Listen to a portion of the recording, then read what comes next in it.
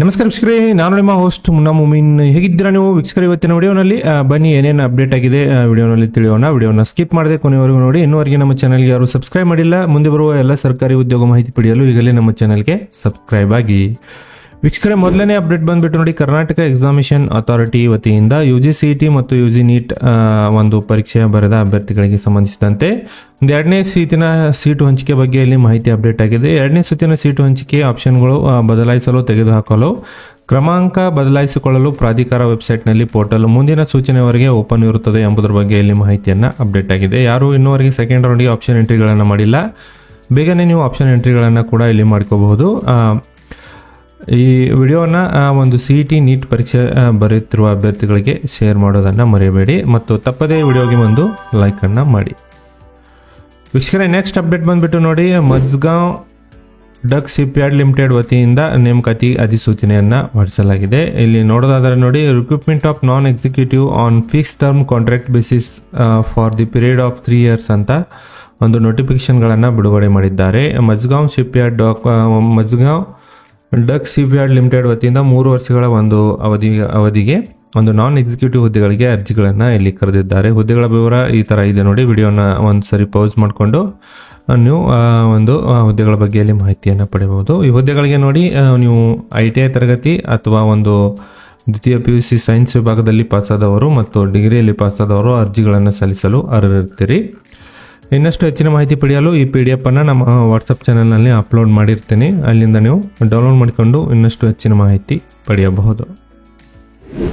ವೀಕ್ಷಕರೇ, PSI ನೇಮಕಾತಿಗೆ ಪರೀಕ್ಷೆಗಳನ್ನು ಮುಂದೂಡಿದ್ದಾರೆ ನೋಡಿ. ಕರ್ನಾಟಕ ಪರೀಕ್ಷಾ ಪ್ರಾಧಿಕಾರ 402 PSI ಹುದ್ದೆಗಳಿಗೆ ಸೆಪ್ಟೆಂಬರ್ 22ರಂದು ನಡೆಸಲು ಉದ್ದೇಶಿತ ಪರೀಕ್ಷೆಯನ್ನು ಮುಂದೂಡಲಾಗಿದೆ. ಅತಿ ಶೀಘ್ರದಲ್ಲಿ ಹೊಸ ದಿನಾಂಕಗಳನ್ನು ಇಲ್ಲಿ ಪ್ರಕಟಿಸಲಾಗುವುದು ಎಂಬುದರ ಬಗ್ಗೆ ಇಲ್ಲಿ ಗೃಹ ಸಚಿವರು ತಮಗೆ ಮಾಹಿತಿಯನ್ನು ತಿಳಿಸಿದ್ದಾರೆ.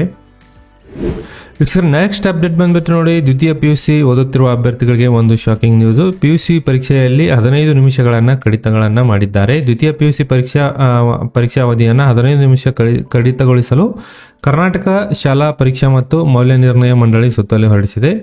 ಈಗ ಮೊದಲು 3 ಗಂಟೆ ಅವಧಿ ತಮಗೆ ಪರೀಕ್ಷೆಗೆ ಕೊಡಲಾಗುತ್ತಿತ್ತು. ಸದರಿ ಈಗ ಪರೀಕ್ಷೆ ಬರಲು ತಮಗೆ 2 ಗಂಟೆ 45 ನಿಮಿಷಗಳನ್ನು ಇಲ್ಲಿ ನಿಮಗೆ ಪರೀಕ್ಷೆ ಬರೆಯಲು ಒಂದು ಟೈಮಿಂಗ್ಗಳನ್ನು ಕೊಡುತ್ತಾರೆ. ಹೆಚ್ಚುವರಿಯಾಗಿ 15 ನಿಮಿಷಗಳು ಕೂಡ ಇಲ್ಲಿ ಒಂದು ಪ್ರಶ್ನೆ ಪತ್ರಿಕೆ ಓದಿಕೊಳ್ಳಲು 15 ನಿಮಿಷ ಎಕ್ಸ್ಟ್ರಾ ಟೈಮಿಂಗ್ ಕೊಡ್ತಿದ್ರು. ಅದು ಕೂಡ ಈ ಪರೀಕ್ಷೆಯಲ್ಲಿ ತಮಗೆ ಸಿಗಲಿದೆ. ಟೋಟಲ್ ಆಗಿ 15 ನಿಮಿಷ ಒಂದು ಬಿಫೋರ್ ಕ್ವಶನ್ ಪೇಪರ್ ತಮಗೆ ಇಲ್ಲಿ ಸಿಗಲಿದೆ ಮತ್ತು 2 ಗಂಟೆ 45 ನಿಮಿಷ ಇಲ್ಲಿ ತಮಗೆ ಕಾಲಾವಕಾಶವನ್ನು ಕೊಡಲಾಗುತ್ತದೆ. ವೀಕ್ಷಕರೇ, ಮಾಹಿತಿ ದ್ವಿತೀಯ PUC ಪರೀಕ್ಷೆ ಬರುತ್ತಿರುವ ಎಲ್ಲ ಅಭ್ಯರ್ಥಿಗಳಿಗೆ ತಲುಪುವಂತೆ ಶೇರ್ ಮಾಡಿ.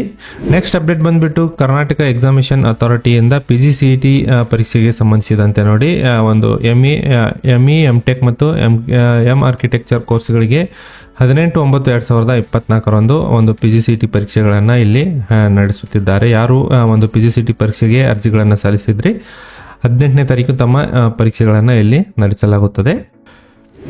ನೆಕ್ಸ್ಟ್ ಅಪ್ಡೇಟ್ ಬಂದ್ಬಿಟ್ಟು ಯೂನಿಯನ್ ಪಬ್ಲಿಕ್ ಸರ್ವಿಸ್ ಕಮಿಷನ್ ವತಿಯಿಂದ ಕಂಬೈನ್ಡ್ ಜಿಯೋ ಸೈಂಟಿಸ್ಟ್ ಎಕ್ಸಾಮಿನೇಷನ್ 2024ಕ್ಕೆ ಒಂದು ಅಪ್ಡೇಟ್ ಆಗಿದೆ. ಮೇನ್ಸ್ ಒಂದು ಪ್ರಿಲಿಮ್ಸ್ ಪರೀಕ್ಷೆಗಳನ್ನು ಯಾರು ಕ್ಲಿಯರ್ ಮಾಡಿದ್ರಿ, ಮೇನ್ಸ್ ಒಂದು ಎಕ್ಸಾಮ್ಗೆ ಒಂದು ಪರೀಕ್ಷೆಗಳನ್ನು ಇಲ್ಲಿ ಫಿಕ್ಸ್ ಮಾಡಿದ್ದಾರೆ ನೋಡಿ. 10/9/2024ರಿಂದ 25/9/2024ವರೆಗೆ ನೀವು ಇಲ್ಲಿ ಅರ್ಜಿಗಳನ್ನು ಸಲ್ಲಿಸಬಹುದಾಗಿದೆ. ವೀಕ್ಷಕರ, ಈ ಮಾಹಿತಿ ತಮಗೆ ಇಷ್ಟ ಆಗಿದ್ದಲ್ಲಿ ಒಂದು ಲೈಕ್ ಮಾಡಿ. ನಾನು ಮತ್ತೆ ಭೇಟಿ ಆಗ್ತೀನಿ ಮುಂದಿನ ಉದ್ಯೋಗ ಮಾಹಿತಿಯೊಂದಿಗೆ. ಅಲ್ಲಿವರೆಗೂ ನಮಸ್ಕಾರ, ಧನ್ಯವಾದಗಳು.